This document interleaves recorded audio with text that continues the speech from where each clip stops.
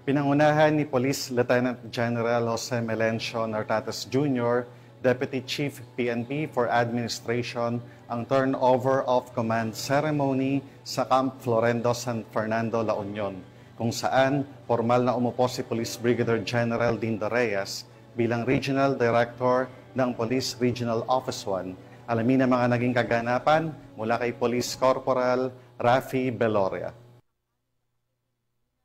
Isayang turnover of command ceremony ang naganap noong ika-21 ng Hunyo taong kasalukuyan sa Camp Brigadier General Oscar M. Florendo, Parian, San Fernando City, La Union, kung saan formal na tinanggap ni Police Brigadier General Dindo R. Reyes ang kanyang tungkulin bilang Regional Director ng Police Regional Office 1. Humalili si Police Brigadier General Dindo R. Reyes kay Police Brigadier General Lou F. Evangelista na naglingkod ng 1 taon at 6 na buwan sa parehong posisyon. Sa ilalim ng kanyang pamumuno, nagtagumpay ang Police Regional Office 1 sa pagpapaigting ng kapayapaan, seguridad at mga makabulahang inisyatiba gaya ng Police Community Academy at modernisasyon ng kagamitan at pasilidad. Pinangunahan naman ni Police Lieutenant General Jose Melencio C. Nartates Jr., Deputy Chief PNP for Administration, ang seremonya bilang kinatawan ng hepe ng Pambansang Pulisya ng Pilipinas na si Police General Nicolas de Torre III. Dumalo sa okasyon ang mga opisyal mula sa iba't ibang ahensya ng pamahalaan, buong pwersa ng PRO1 at mga panauhing nagbibigay suporta sa lokal na kapulisan.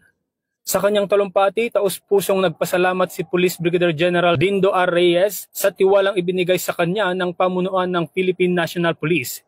Ibinahagi rin niya ang kanyang malinaw na direktiba sa Police Regional Office 1. Ang ating pulis ay dapat maaasahan, malalapitan at mapagkakatiwalaan. Maging pulis tayo na iginagalang hindi dahil sa takot, kundi dahil sa tiwala, aniya. Ipinahayag din niya ang buong suporta sa mga tagubilin ng Chief PNP at ang kanyang layunin na higit pang patatagin ang presensya ng pulisya sa mga komunidad ng Ilocos Region.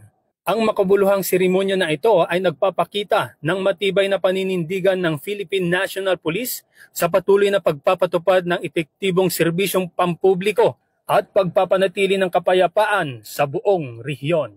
Mula dito sa Ilocos Region, ako ang inyong PNN correspondent, Police Corporal Rafi Beloria, alagad ng batas, tagataguyod ng Balitang Pulis.